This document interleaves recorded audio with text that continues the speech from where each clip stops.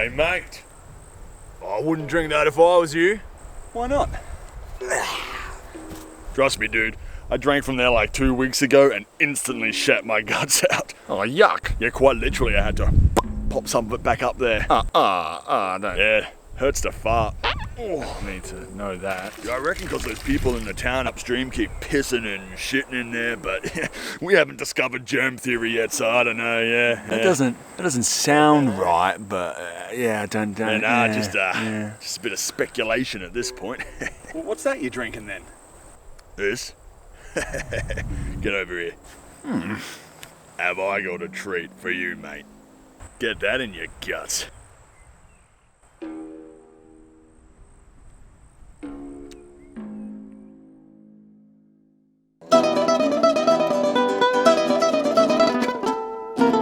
And so from this day forth, people in the Middle Ages never drank water again. Except that that's a total myth. People in the Middle Ages, the medieval period, did drink a lot of beer, a lot of ale, lots of wine in the southern regions, and if they could afford it, perhaps something a little stronger. But they also drank a lot of, you guessed it, water. So where did the myth come from that people of the Middle Ages only drank beer because the water was not safe to drink? Well, that's what we're here to discuss today. So grab a drink and let's dive into history. I'm Jacob Brumbauer. Welcome to Choo.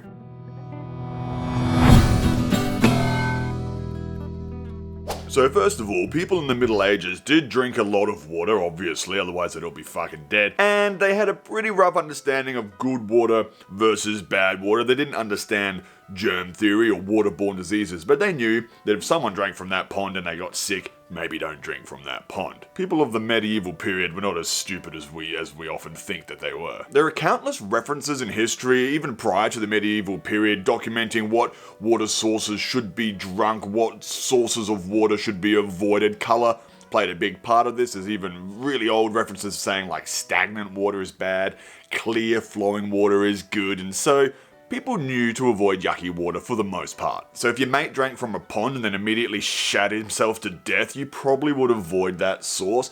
That being said, if dying of thirst is your only option, you might roll those dice. And I mean, like, think about it. If people only drank beer or ale, they'd be fucking wasted all the time and really wouldn't get anything done. Now I know what you're thinking. You're going, hey Jacob, you're drunk all the time and you achieve a great many things. And whilst that may be true, not everybody is blessed with my incredible, immaculate drinking abilities. I'm what's known as a high-functioning alcoholic. I'm joking, of course. Look, I've been known to blow the froth off a few, but please drink responsibly, friends. And that's about as close to a PSA as you're going to get from this guy. Now, all that being said, people in the Middle Ages, the medieval period, did drink a lot of beer. They did drink a lot of ale, but it was more like a low alcohol, caloric, nutrient-rich sort of snack, really, than it was a means of hydration. What I mean by this is most people were toiling away in fields or logging or all kinds of stuff where you're going to be burning a lot of calories, and beer was a very rich source of calories and other bits of nutrition. So they knew, well, you wouldn't waste it away after drinking beer. They might not know the exact science behind it, but these low alcohol beers, known as small beer, was usually around 1% alcohol, were not only clean, the fermentation process did eradicate a lot of yuckiness from it, but it also sort of filled you up and gave you the calories you needed to go and get all that hay or whatever the fuck they did back then. There's lots of examples of people opting for ale over water. This is not uncommon. Of course, it's delicious, and if you drink enough of it, you start to talk to God. But, of course, people drank water as well. It wasn't just about getting pissed. Often people had no choice. Not like there was beer everywhere. There wasn't a standardization either. Lots of small batches, lots of different beers, lots of fermenting whatever you could find, if you could do it at all. There was lots of water around. Although they didn't have reservoirs and purification and all of this, so yeah, our tap water for the most part is generally cleaner than their stream water, but there wasn't that many people around, so the water was clean for the most part. There was also a lot of infrastructure built in the medieval period which brought clean water, was intended to bring clean water into the populace, into the city. So this is evidence that people were drinking water, otherwise why would they build these water-carrying things? It's not like they were trying to make a river of beer although that is a fucking fun thought. So where did the myth start? The myth that people only drank beer because the water was too dirty in the medieval period. I think it's one of those things that gets repeated so often, and people's lack of curiosity or fact checking, that just you say it often enough, people start to believe it. Plus it sounds fun, isn't it? Everyone drank beer back in the day, ha ha ha ha ha. But really, it's not the case. But why do we still have this myth? I think the myth really sort of escalated post-medieval period, obviously, because people in the medieval period who were drinking water weren't running around going, we're only drinking beer, ha ha ha. And it's like, Tim, I just saw you drink some water.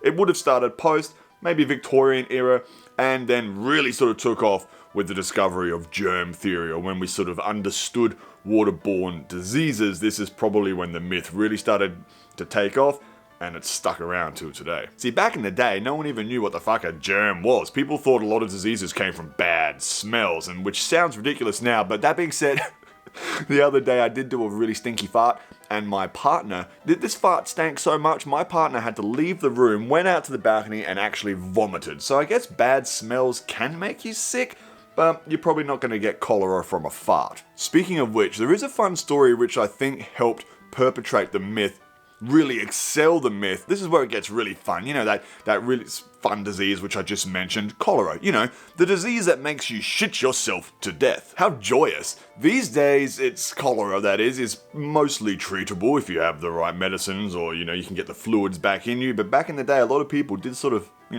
literally shit themselves literally to death. This is what I believe really helped rocket the myth. In 1854, a dude named Jon Snow was sent to the wall to fight the it was a London doctor named Jon Snow who was perturbed by an outbreak of the shit yourself to death disease, and he went on to investigate. Amongst many discoveries, he found that men working at a brewery on Broad Street were not getting sick despite heaps of other locals pooping their innards out. The proprietor of the brewery, a dude named Higgins, told Dr. Snow that his men were getting beer rations, which is sick by the way, on top of their salary, and they would just be drinking beer all day, or they would be drinking water from an isolated well within the brewery, which was separate from the well, the public wells out in the main streets. These guys weren't getting sick because they were drinking beer.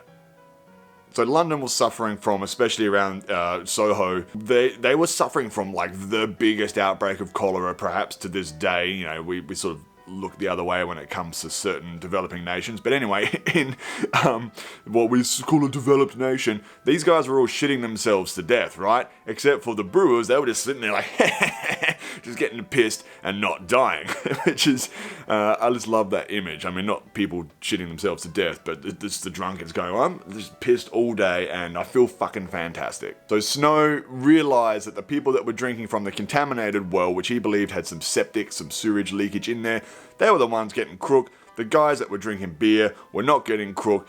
And this sort of led to one of the many theories that waterborne diseases are a real fucking thing. This is 1854. I mean, it's not that long ago in the grand scheme of things. And people still, they didn't believe this guy. Jon Snow, Dr. Jon Snow, did manage to convince the town officials to shut down the well, and cholera immediately disappeared. Yet despite the overwhelming evidence, scientists and other nerds, they just didn't believe that Jon Snow's theories were correct until much later. Thankfully these days, Dr. Jon Snow gets the recognition he deserved for really elevating germ theory. So I think that story, the brewers not getting sick because they drank beer, the discovery of germ theory and waterborne diseases, and humanity's general apathy when it comes to fact-checking has led to, and is continuing to perpetrate the myth that people back in the day only drank beer. We know that's not true, but a lot of us didn't know that, and that's why I made this video. So there you have it. People of the Middle Ages, the medieval period, drank shitloads of beer. They also drank shitloads of water. Thanks for watching, friends. If you liked this video, this little trip down history lane, then leave a comment telling me as such, and I might make more videos of this style. And or let me know what your favorite alcoholic beverage is. I know this video is more about beer and ale. Personally, I'm a South Australian. I'm a wine boy. Take care now, and I'll see you real soon. Cheers. So then I said, is that your cod piece, or are you just happy to see me? Because it's